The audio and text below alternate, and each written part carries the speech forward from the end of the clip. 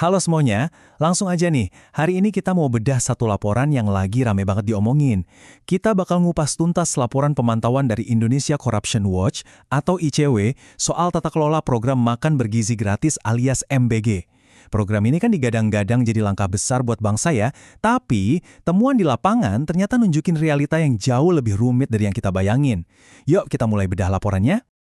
Oke, biar lebih gampang, kita bakal bedah laporan ini ke dalam 4 poin utama, mulai dari beban baru para guru, klaster anggaran dan pengadaan, terus masuk ke patronase dan jaringan politik, dan terakhir soal dampak lain dan rekomendasinya.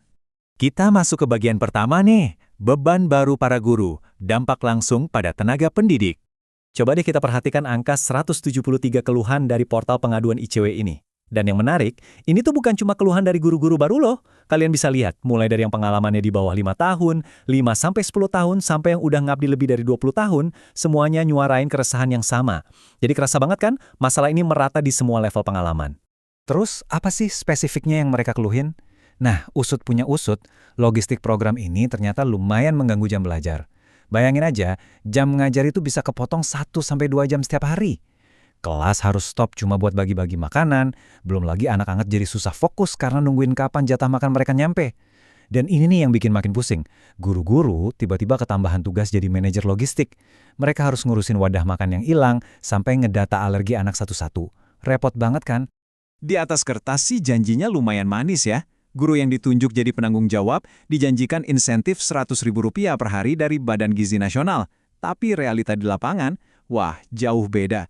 Banyak banget guru yang ujung-ujungnya cuma nerima Rp20.000 sampai Rp50.000 aja per hari. Banyak banget potongan tak wajar di lapangan yang bikin insentif ini menyusut drastis. Dan ketimpangan ini makin nonjok kalau kita bandingin dua angka ini, Rp5 juta versus Rp300.000. Menurut temuan ICW, bonus buat pegawai dapur gizi itu bisa tembus Rp5 juta. Sementara di sisi lain, guru honorer yang udah bertahun-tahun ngajar dan mendidik anak bangsa, banyak yang gajinya masih mentok di Rp300.000 per bulan. Bener-bener kontras yang mengejutkan. Situasinya makin pelik karena dana program ini nyedot alokasi 20% anggaran pendidikan nasional. Gak heran dong kalau 82% guru ngerasa kebijakan ini ngancam kesejahteraan dan karir mereka. Dana yang harusnya bisa dipakai buat naikin gaji honorer atau perbaiki fasilitas sekolah malah teralihkan ke tempat lain. Lanjut ke bagian kedua, klaster anggaran dan pengadaan, tentang anomali sistemik dan finansial. Kalau kita bedah data, biaya bangun awal fasilitas dapur atau SPPG ini, angkanya benar-benar fluktuatif. Di Mataram, butuh dana Rp2 miliar.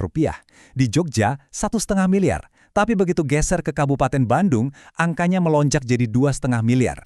Kata tim observersi, nggak ada beda spesifikasi bangunan yang mencolok. Jadi pertanyaannya, kok bisa harganya beda-beda jauh begini tanpa ada plafon standar yang jelas? Dan kejanggalannya nggak cuma di urusan konstruksi aja. Laporan ini juga nemuin praktik di mana uang dari jatah per porsi makanan anak itu dipotong Rp1.000 sampai Rp2.000. Buat apa? Ternyata uangnya dialihkan diem-diem buat beli omkreng atau kotak makanannya itu sendiri. Nah, karena dipotong buat beli ompreng, otomatis jatah buat lauk pauknya berkurang dong. Ditambah lagi, ada temuan markup atau penggelembungan harga bahan baku. Selisihnya lumayan loh, bisa 10 sampai 15.000 di atas harga norma pasar. Dua hal inilah yang secara logis ngejelasin kenapa banyak banget laporan di lapangan yang nyebut porsi makanan anak-anak tuh dikit banget dan jauh dari standar kalori. Sekarang, soal pengadaannya, ini nggak kalah bikin geleng-geleng kepala. Ada dapur yang sengaja main paksa, ngedrop 2.000 porsi makanan ke sekolah yang muridnya aja nggak nyampe segitu. Tujuannya, cuma buat maksa sekolah tanda tangan MOU. Terus, ada juga kelakuan pasang AC rusak alias AC bodong, murni buat difoto biar bisa ngeklaim dana reimburse ke pusat. Belum lagi, ada indikasi monopoli rantai pasokan sama kelompok atau ormas lokal tertentu di beberapa wilayah. Kita geser ke bagian ketiga, patronase dan jaringan politik, persimpangan program sosial, dan kepentingan elit. Sebelum bahas lebih jauh, kita samain persepsi dulu ya soal patronase di program ini. Simpelnya, patronase di sini itu kalau para elit politik lokal, mulai dari bupati, gubernur, sampai anggota dewan, ikut campur pakai pengaruh mereka buat ngamanin proyek, milih vendor, dan ngontrol operasi dapur MBG ini. Lewat pelacakan dokumen oleh tim ICW, kelihatan banget ada beberapa wilayah yang nuansa politiknya kental. Daerah-daerah kayak Lombok Timur, Kabupaten Bandung, Sumatera Utara, Bali, sama Yogyakarta jadi titik rawan di mana elit politik lokal terindikasi punya hubungan langsung sama operasi proyek dapur gizi ini. Ini nunjukin kalau objektivitas program yang harusnya murni buat ngebantu gizi anak, nyatanya sering terkompromi.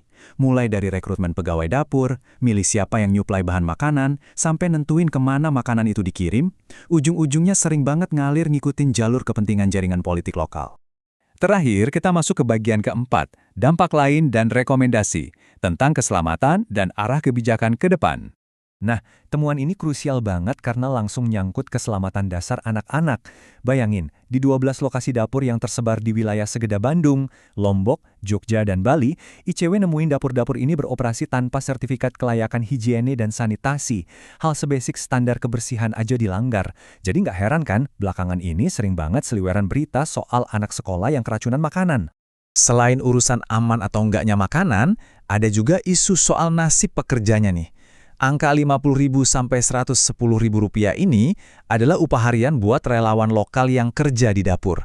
Karena nggak ada aturan main yang tegas dari pusat, upah ini jadi suka-suka aja. Tim pemantau bahkan nemuin ada loh pekerja yang cuma dibayar Rp300.000 buat kerja sebulan full di dapur. Parah banget kan? Jadi intinya, ngelihat seabrek rentetan masalah tata kelola tadi, ICW ngasih rekomendasi yang cukup tegas. Pemerintah harus benar-benar ngevaluasi tata kelola program ini, buka semua data pengadaan dan anggaran setransparan mungkin ke publik, dan mempertimbangkan buat ngejeda atau mengkaji ulang kelayakan program ini. Jangan sampai niat baik ini malah terus-terusan ngorbanin kesejahteraan guru dan kualitas pendidikan kita. Laporan ini udah buka-bukaan soal fakta di lapangan yang nggak bisa kita anggap sepele lagi. Ingat, ini bukan cuma sekedar ngasih makan siang gratis ya, tapi ini soal gimana uang rakyat dikelola dan gimana nasib guru kita dipertaruhkan di sana. Jadi pertanyaannya sekarang, dengan semua celah tata kelola yang udah terekspos jelas ini, mampukah program makan bergizi gratis ini dievaluasi secara menyeluruh demi masa depan pendidikan yang lebih baik? Pertanyaan penting nih buat kita renungin dan kawal bareng-bareng. Terima kasih udah dengerin bedah laporan kali ini, sampai jumpa di analisis seru kita selanjutnya.